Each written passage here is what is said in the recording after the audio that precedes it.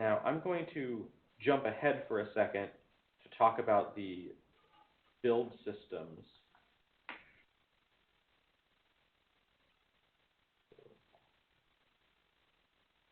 Before we talk about environments.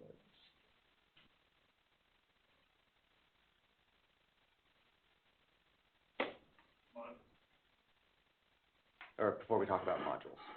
Yes. So I think that.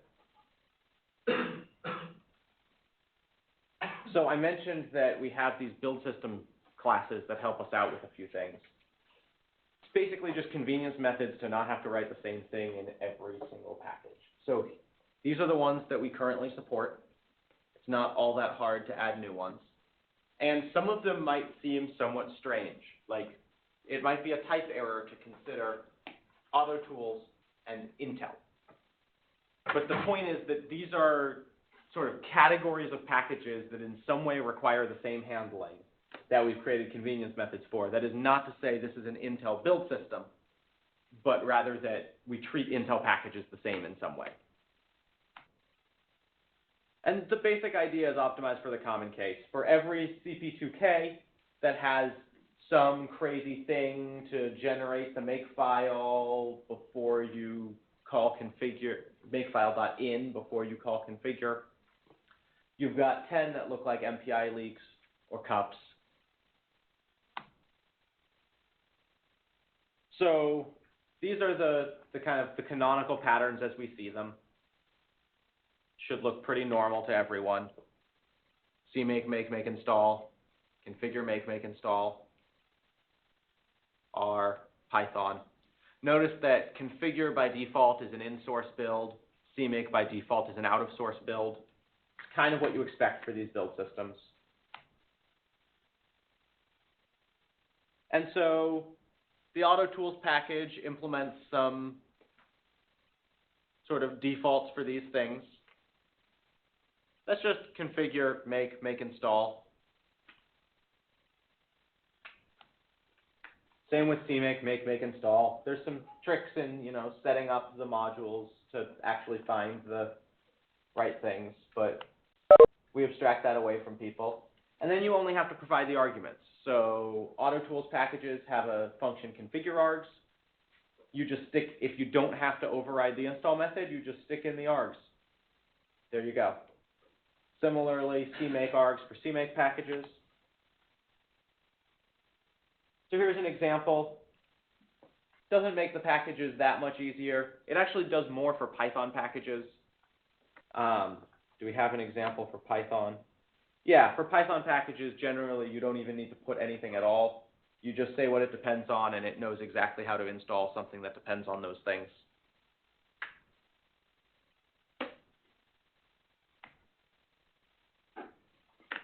So some of these build systems are not that common, right? Why bother? Well, we expect maybe some people will supply more things with these unusual build systems. The Intel packages, it's really just because the Intel packages are weird, but mostly it's AutoTools, R, Python, CMake, and then in red we've got the ones that we can't use any of these for. Maybe they changed build systems partway through their life. Whatever it is, we're using the default package for those.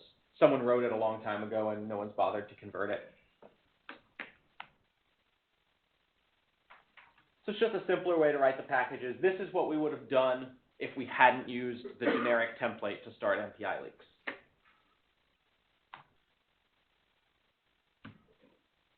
Any questions on that? Yeah. When you were talking about the if self-spec satisfies, yeah. Can you say something like if self-spec satisfies variant foo depends on foo? Like depends on certain other packages, that your variant depends on other spec packages? Your variant doesn't depend on a package. So you're saying if self.spec subdynant.satisfies depends on zlib. No, I was saying if self.spec satisfied and then there's a variant on dynant called foo, can you say depends on package A, B, C. So you want to say, You're talking about a when clause. you want to say something like, self dot spec dot satisfies depends on dynast plus foo. That? Well, I was just looking here at the one that says if self-spec satisfies plus debug. Yeah, And that's the debug variant, right? yeah. Can you then say, you know, depends on some debugging tool that's a package in Spack, for instance? Oh, so you're saying like depends on debugger when equals plus debug. Sure. Yeah. You can do that. Oh. So the key difference there is that So the status, spec is only available after concretization. And so like Yeah. it's basically, the stuff at class level in the package is metadata for the solver, right? It's constraints and things that go into the concretization algorithm. And the stuff that goes in the instance methods is build logic. yeah. And so the depends on statement, it has the when clause there, and you can say, when I have the plus debug variant enabled, I depend on this library. And right? then when you get in here, you can absolutely depend on the fact that you do depend on debugger. Yeah. You don't have to worry about whether debugger is there. If you use this line, then once you say plus debug, you know that debugger is going to be around. I thought, because that's effectively saying my variant has a dependency. My variant enables a dependency.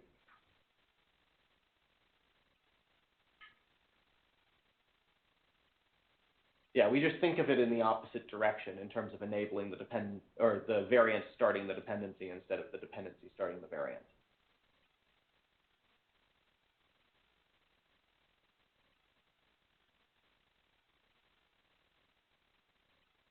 Anything else about packaging? Yep. So, if you have a dependency that does not have, for example, utils or libxml. Those have spec packages, don't they? Yeah. Fine. Well, pretend for a moment that I can think of I can think of a dependency that does not have. Oh, very nice. Okay, good. That does not have a spec package. Then in my packages.py file, I need some way of being able to download that thing from source, have Spack build it, and make that Spack build available to me in my current context. Yeah. The way to do that is a package.py file for it. Oh, so you can just sort of call out and Spack will say, oh, there's a packages file. No, just write the spec package for it. Right, that's what you've just said you need, right? You need a way for Spack to know how to build it, make that available to you. That's just making the package for it. Okay, so. And we often get pull requests that are, you know, my package plus 4 of its dependencies that weren't already in. So if you say depends on debugger, right, and there's no debugger package.py file, then you need to make debugger / package.py. And if that is an unruly amount of work, then you can't. So. Well, then Spack just doesn't have your dependency. Well, You need to either make someone else do the work. Or if you can't, the crazy workaround to do is to make a stub package that doesn't actually install it, just knows about the versions, and then point to an external. So if you say Spack edit spectrum MPI, I don't think this has, this doesn't have an install method. It says you can't install it. It's vendor software. But we still have this package file that does all the other things it would need to do, right? This is how we handle MPIs to set some stuff up. But if it weren't an MPI, it wouldn't need those. And then you can point to it as an external in your packages.yaml configuration and not worry about building it yourself. Just say, okay, I'm going to manually build it outside of Spack because I don't want to try to, actually sort through their build system. I'm just going to get lucky once. and then you can point to an external using a stub like this that just doesn't install properly. Can you open the package for like Intel API? It asks us to download some car bars and Yeah. So Intel MPI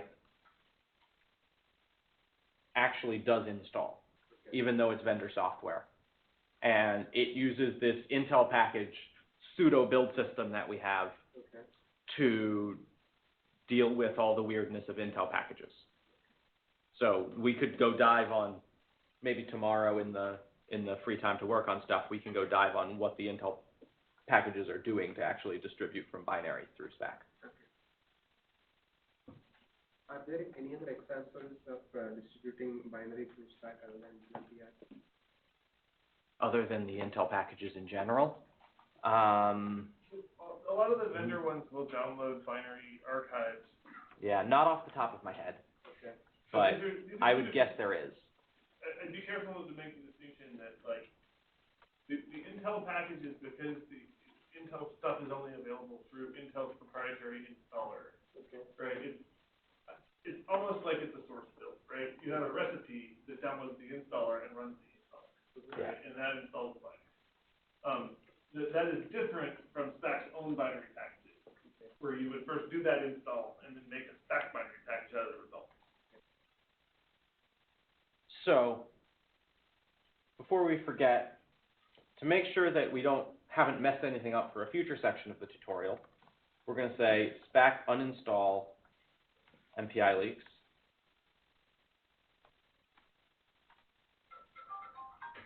Uninstall -A. And then we're going to say Spack repo remove. Does it need a path or namespace? So we'll say tutorial. And it's gone.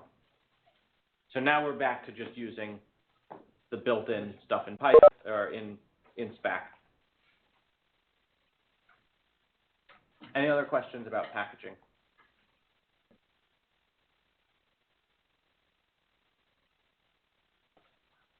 All right.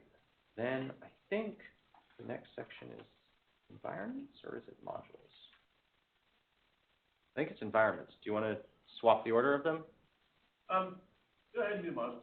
Okay. So we're going to swap the order of the next two sections just so that I stay up here. And do we have slides for modules? I don't think so.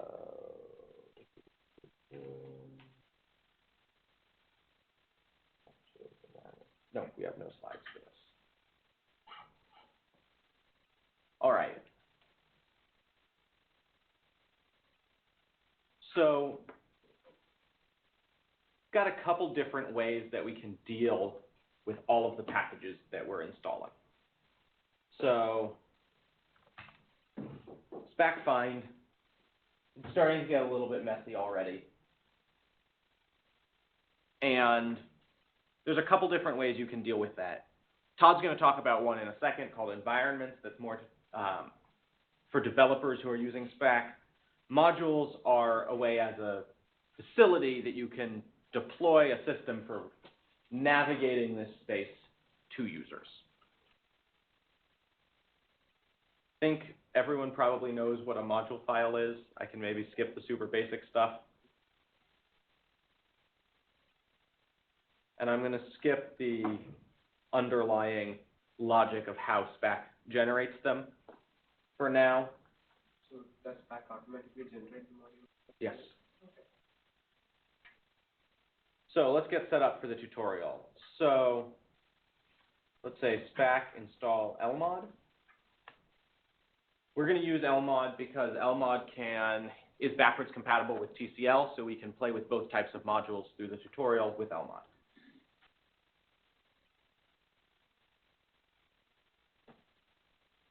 Then we'll say source Spack location -i lmod.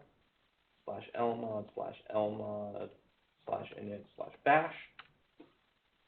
And we will resource the Spack setup script. So once we have a module command enabled, when we do the Spack setup script, it will put the module path, or it will put the location of Spack's modules in our module path.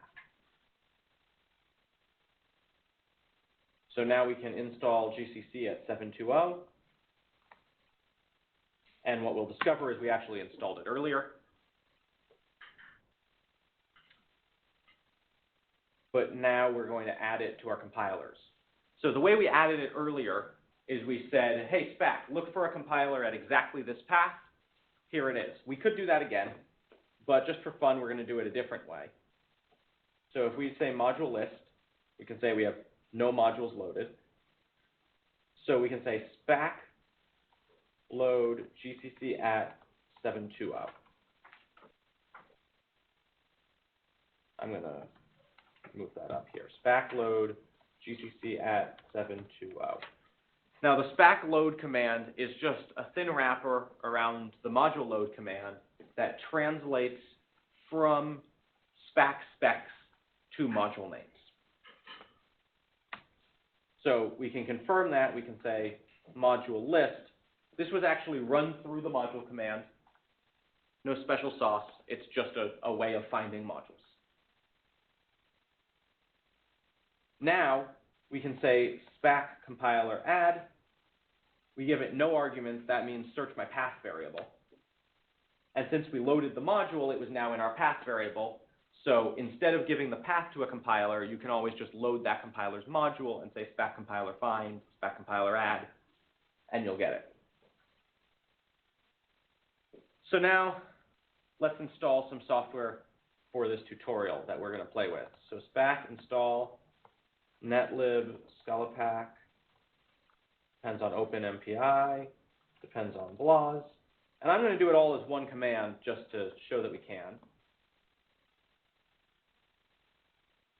Depends on mpitch, depends on OpenBLAS.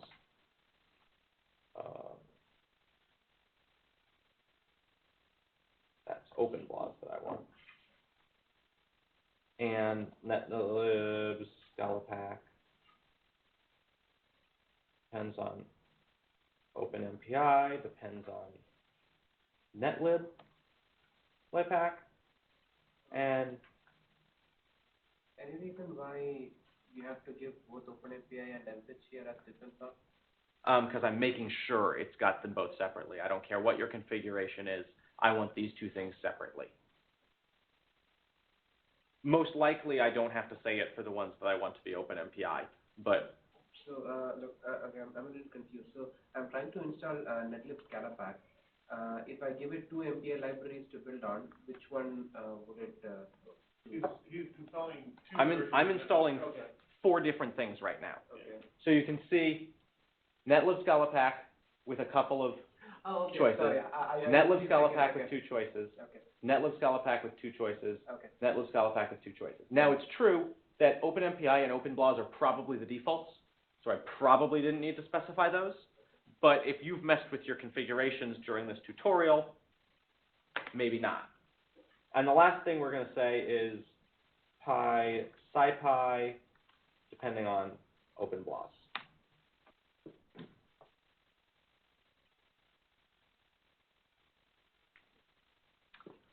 The point of doing that all in one line was just to show you can specify multiple specs at a time. You can say, I want to install these 3 things. Spack knows when it's done reading a spec, or Spack knows when the next thing it's reading can't be part of the current spec and therefore must be part of the next spec. This looks confusing. Well, if you say Spack install HDF5 MPI links OpenMPI, Yeah. that's, or MPI links HDF5 Trilinos. It's just 3 separate things you're installing. It's a little more obvious that way. You could also certainly do it as 5 separate lines the way it's presented in the tutorial script.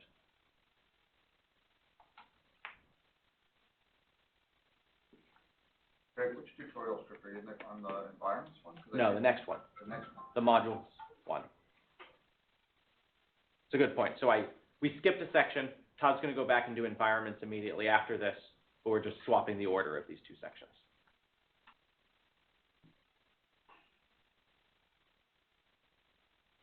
Does everyone have lmod set up and these 5 packages installed? Okay, I'm going to hold up a second just to let everyone get on the same point.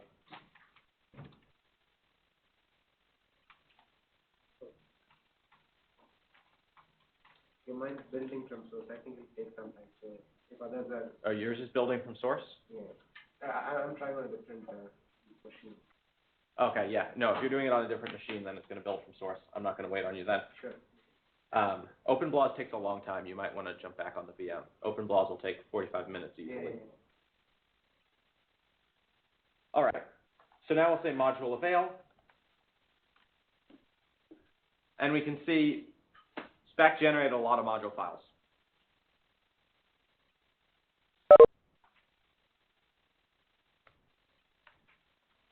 Module show, GCC. And we can see what it's done. It adds path, man path, LD library path for both lib and lib64, cpath, cmake prefix path. And then specifically for the compiler says, hey, when you're generating a module for me, add CC, CXX, FC, F77, F90, and then some help.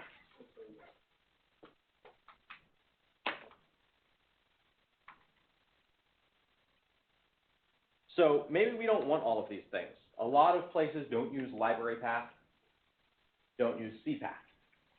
So that's the first thing we're going to do. We're going to say Spack config edit modules, which is exactly the same as opening this file tilde.spackmodules.yaml. And we're going to say modules, TCL, for all of them. We want to filter.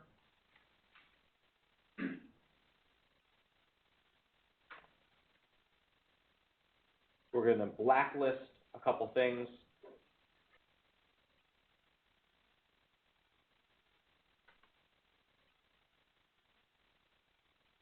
cpath and LD library path.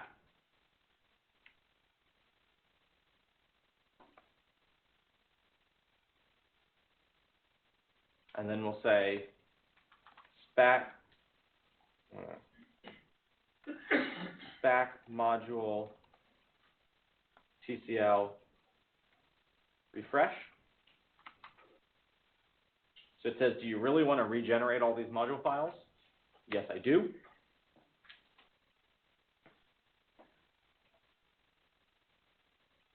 Does Spack have a yes option? So you don't have to. We'll get there. Okay. And now, if we look at that, the module's a little shorter. I accidentally got rid of LD library path instead of library path.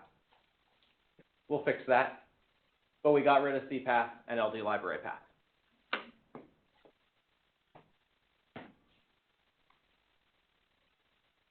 So I'll fix that.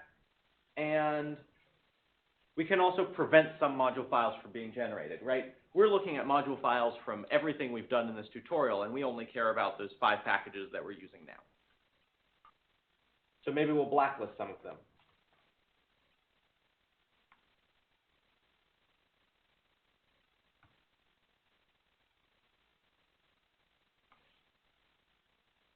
So we'll blacklist everything that we built with the system GCC compiler earlier.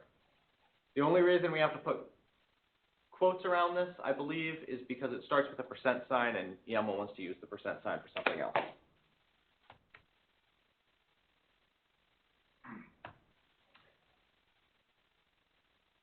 So now we've got to use the --delete tree argument to the module refresh. And that's just saying you actually have to delete the old ones. You can't trust that you're going to overwrite all of them now. So anytime you change which modules are being generated, you've got to say delete tree. Yep, we do.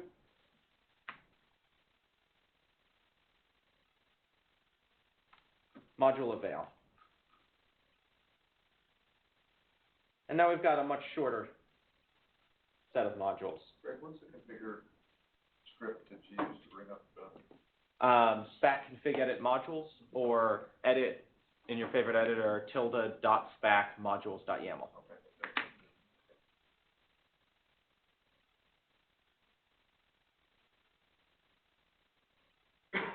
So now, this is nice. We've got fewer things. But if you look really closely, we don't have our module for GCC anymore, because we also built our new GCC with the old GCC. So we'll need a whitelist also. Whitelist, GCC. All right, so here's our way of saying, okay, throw out everything that was built with this compiler, except for, maybe the new compiler that we're going to use.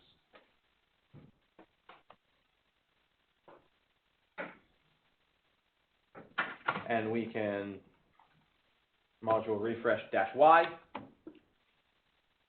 Pretty much everything in Spack that prompts you for input has a yes, I really mean it option that is -y.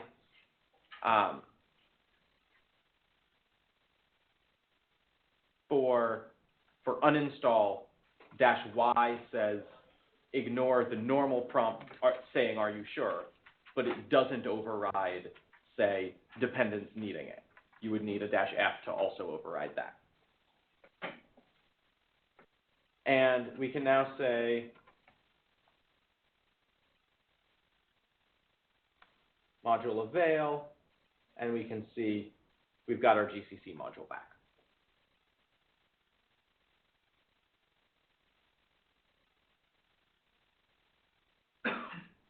We can also unclutter our environment a lot more with the blacklist implicits option. So this will get rid of all of the things that were implicitly built. We'll only get the explicit installs.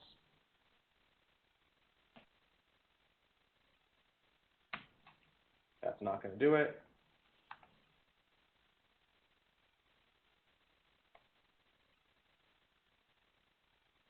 What was that warning I gave earlier, that when you change which modules, you need delete tree? And now if we see module avail, we get things built with either Clang or GCC 720 or their GCC. Now, we've nicely filtered this down, but this is still pretty ugly. And a big part of that is these hashes, right? We want to be able to get the same level of separation for our packages, but we already know which packages we care about. It's just these 5. We've already installed everything we need. Now we're just tuning the modules.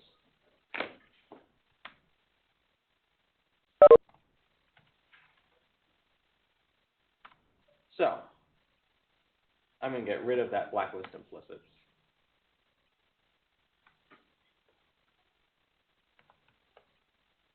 So you can customize the length of the hash that goes on your modules. Hash length 0. But if we try to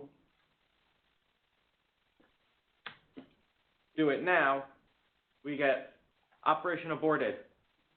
Some packages we're going to have the same module name now.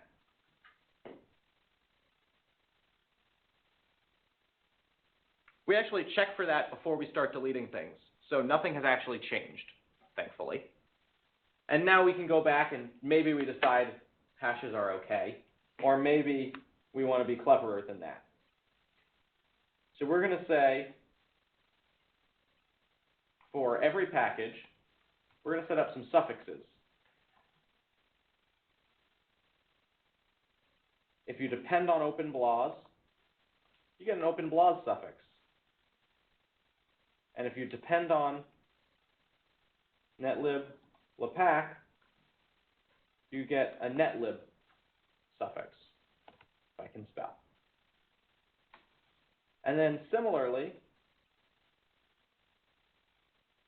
we only have one thing that depends on multiple MPIs, so we don't need to do this for everyone.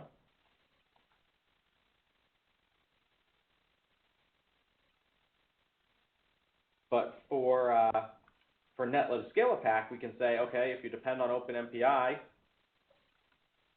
your OpenMPI, and if you depend on mpitch, your mpitch. Pretty straightforward. And this is just taking advantage of the fact that we already know which packages we care about. We're not worried about installing anything more right now.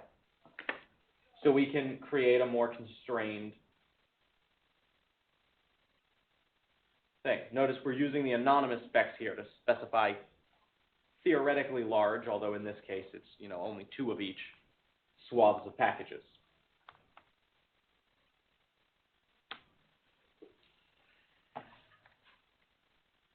And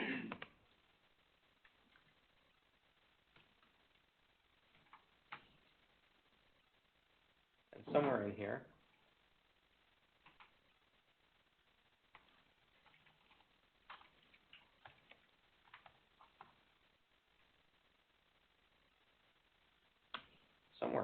I made a mistake and left a tab in because I haven't configured Emacs on these VMs. But now it'll work, and we can say module avail, and you see we've got our implicits back because I took out that constraint. But now we're just getting name, version, compiler version, and for the things that have BLAS, we're getting the BLAS suffixes. And for the things that have different versions of MPI, the netlib scalapacks, we're getting the MPI suffixes.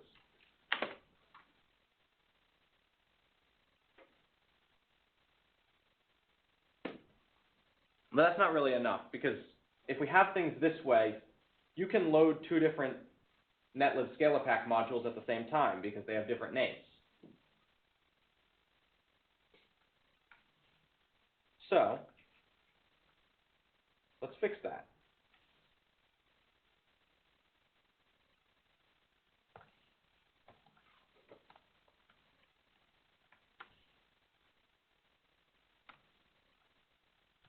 The naming scheme. So this uses a syntax like Python fstrings, if you're familiar with Python 3.7. You can reference variables that are part of the spec. So you can say you want the spec name, the spec version, spec compiler.name, compiler.version, and that's all we're putting in there, right? That's the same thing that we already had, just with a slash here at the beginning to make it a different name, right? And then we can also say the conflict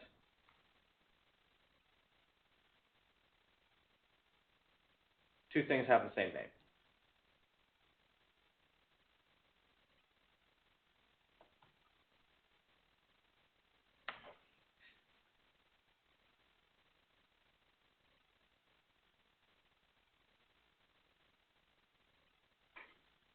Name clash is detected in modules.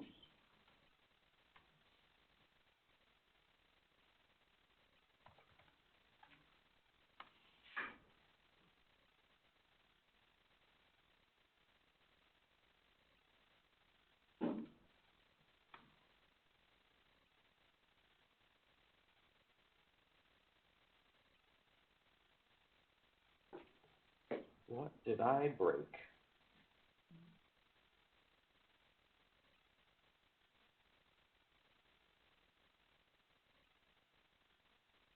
Well, that's fun.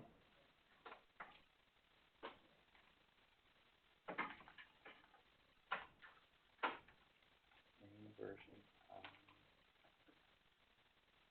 I'll try the old format for these. I might have gotten ahead of myself in changing the format of this tutorial.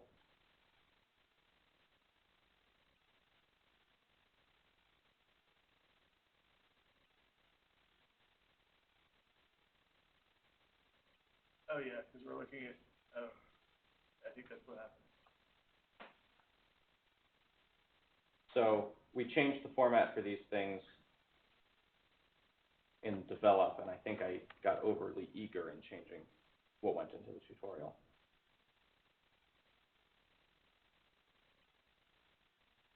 If you want, you can switch to the tutorial version, for 0.12.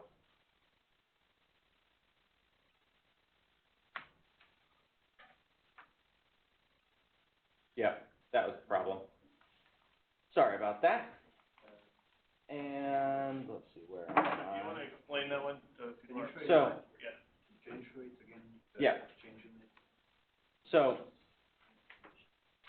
we didn't like this syntax for talking about specs. And I wrote a change that allowed us a much nicer syntax for formatting strings based on specs. The problem is that I updated the tutorial to use it while we were using a version of Spack that doesn't have the change in it yet. So we will make sure to go back and fix that for the tutorial scripts. But this version of the syntax will allow you to specify things on the release branch. And if you're on the tip of develop, you'll get the nicer format that I just so unhelpfully previewed. Yeah. So you're using the package name twice, and it looks like in two different contexts, where the first in naming scheme, package is the actual package name. Yeah. And package in conflicts is the munged data, is the munge name, where it'll be the full. No. The same value? So how are you? These are the same values. So we're saying these modules will say they conflict. So are you familiar with Tickle modules? Tickle has a conflict command in it Sure. that you can have in a module, and every module will say it conflicts with its own name. What that means is that once you've loaded something with that name, you can't load anything else with that name. Oh, this is, okay, sorry, I thought it meant. These aren't conflicts in terms of what we're generating. We're actually generating things that then, when used, will conflict. Okay, sorry. Up here, we're setting it so that it's the name, and then we're putting everything else, instead of as part of its actual name, we're putting everything else after the slash, so it's just version information, which is what allows us to do this, because then the things that share a package name actually also share a module name.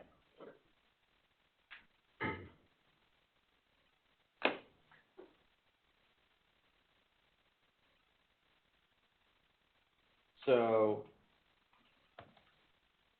now if we say module avail, we get something that looks much more like the modules you might have seen on most HPC systems, except the difference is we're giving compiler information here in addition to the version information that's typically given.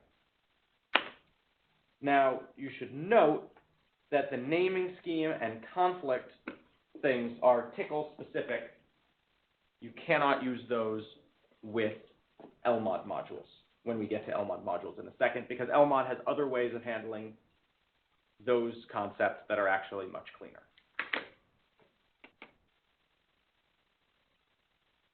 We can also add custom environment modifications. So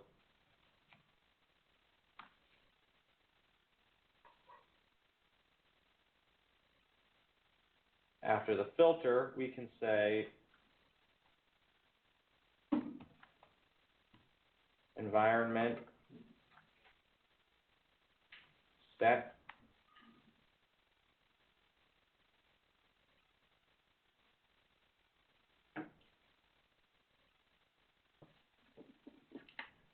I seem to be frozen. All right, here we go.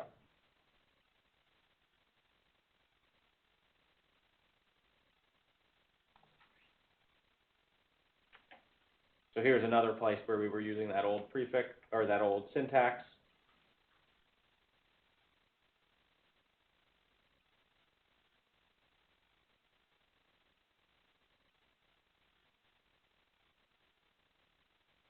or that we were using the new syntax, but we need the old syntax. And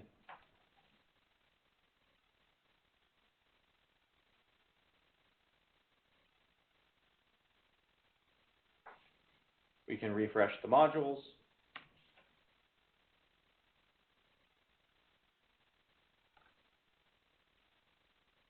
Module show GCC. And you can see we've now got this GCC root in our module.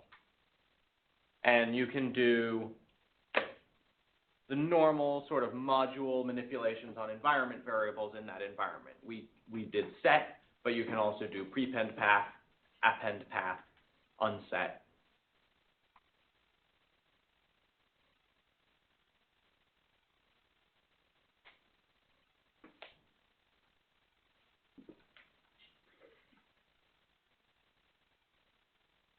And you can do this for specific packages as well.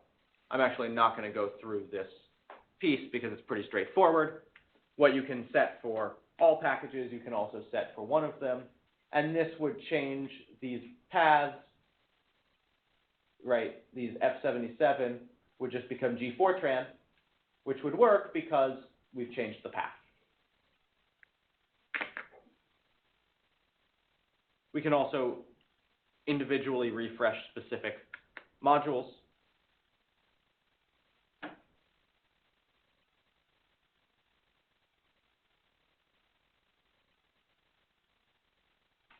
We can also auto-load our dependencies. This is particularly useful for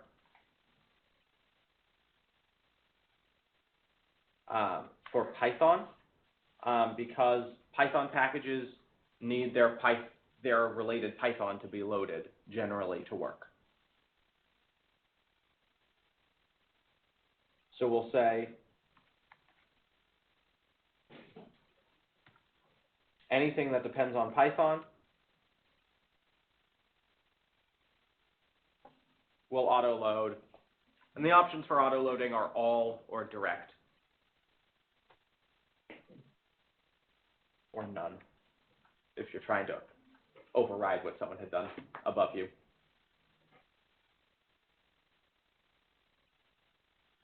So now let's regenerate our Python-based modules. So Spack module TCL refresh -y, everything that depends on Python. And now we can look at the PySciPy module, and you can't actually see it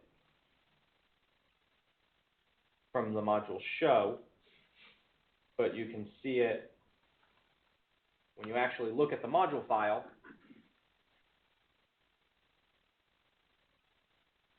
You can look and you can say, okay, it will actually load Python, OpenBLAS, NumPy. Those are the three things PySciPy depends on.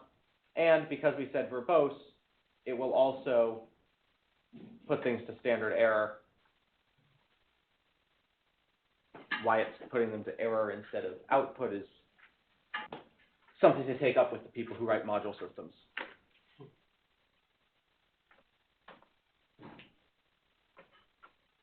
And so we can test that out.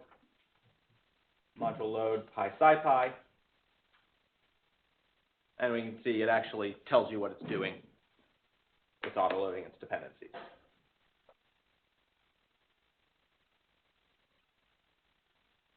All right. So everything we've done so far has been working with Tcl modules, which are a flat model of modules. Model of modules, that's maybe not. Anyway, LMOD provides hierarchical modules, which modify their own module path as you go to make more modules available to you depending on what's already loaded. When you load GCC, you might see the things that were built with GCC. It makes a certain sort of sense. So let's do a module purge. We're going to unload everything. Module load netlib lapack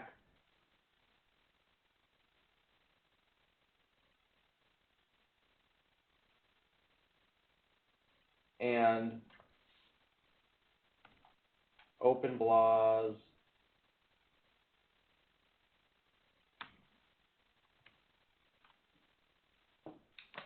all right, so these don't have a conflict, right? They're not the same package. But this is a problem, really, for a user, right? You're going to have, with these modules loaded, the behavior of anything you build that depends on BLAS is going to be dependent on in which order these modules were loaded. It's not great. Even conflicts would be tricky, because you could say, okay, OpenBLAS conflicts with netlib/lapack, but what about OpenBLAS conflicting with everything that's built depending on netlib/lapack? Right? If those things have RPaths, or even just if they're not ABI compatible, you're getting a kind of garbage environment. So we're going to try to fix that with hierarchical modules. So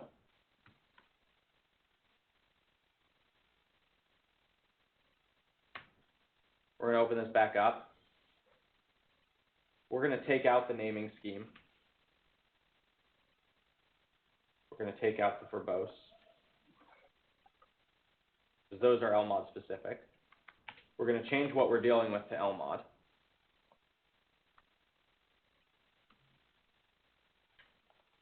And we're going to say, don't generate any other types of modules. Ignore what we said in the defaults, right? This double colon, and enable LMOD. So we're going to generate LMOD modules now.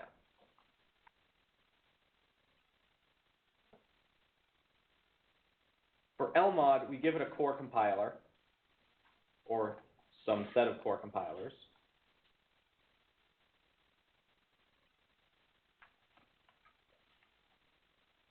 And we'll say GCC 540. So that's saying the things that are built with this compiler, we treat them as core. We don't do the whole hierarchical things with them. And then we set the hierarchy. We want to put MPI in the hierarchy in addition to the compilers. The compilers end up in the hierarchy by default. We still have our hash length, our whitelist, our blacklist. We take out the conflicts because that's tickle specific. We've still got our suffixes, our filter, our environment, a couple of things we didn't set. But then we're actually going to take out these,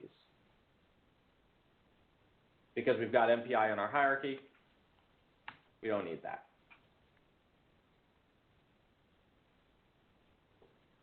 So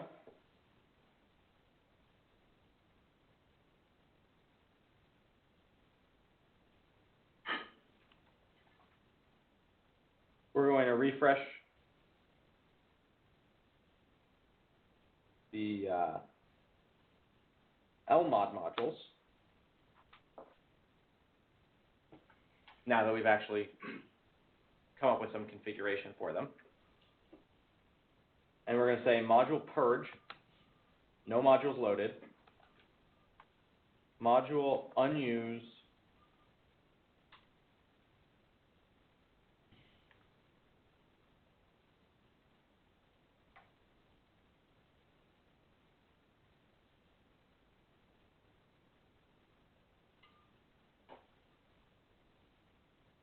did not think I have it.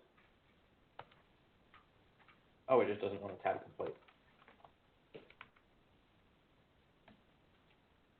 Linux, Ubuntu, I'm going to copy and paste here.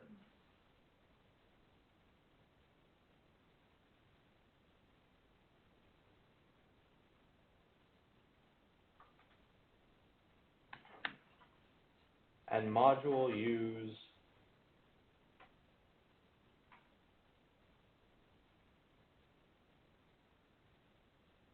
notice that we're only saying module use the core directory there. So if we say module avail,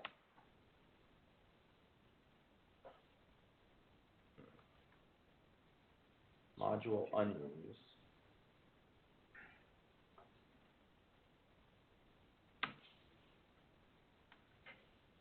Yeah. So there we go.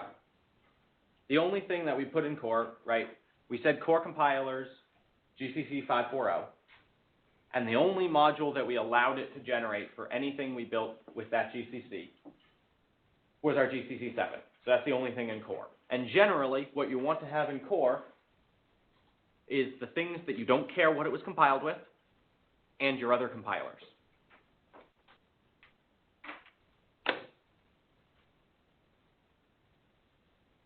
So now, if we module load GCC and do module avail again,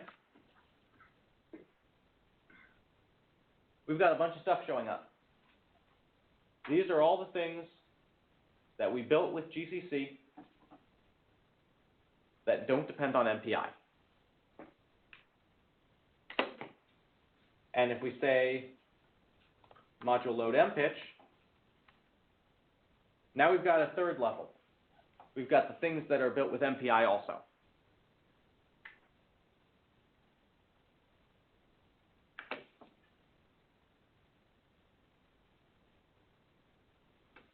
So now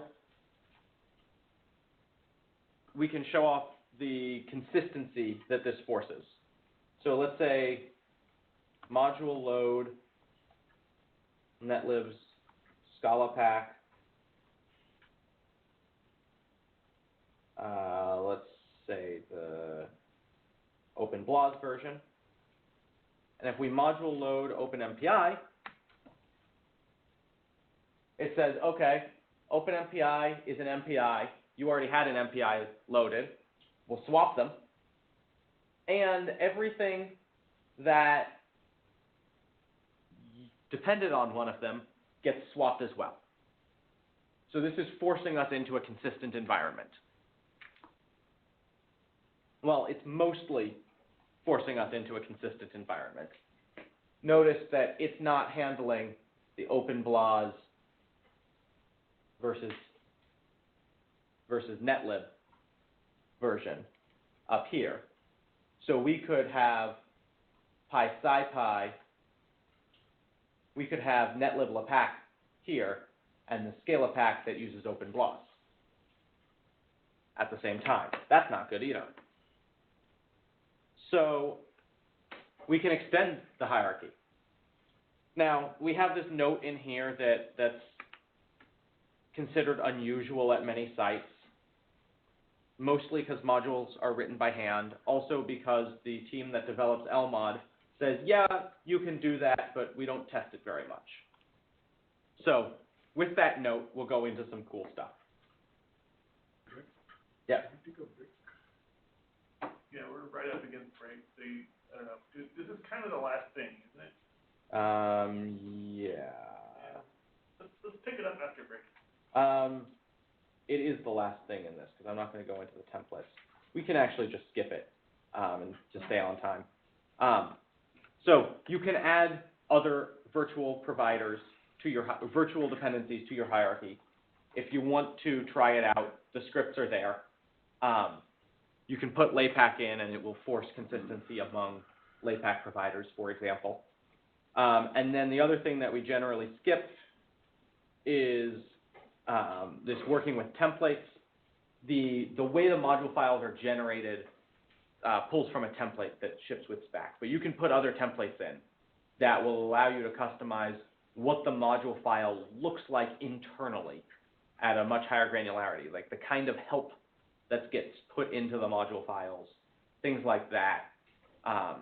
So if you're interested in that sort of stuff, right, like you can put the spec into your module files, things like that. You can do that using templates, but we generally don't devote a lot of attention to it during the tutorial. So take a break there. When we get back, Todd will talk about environments.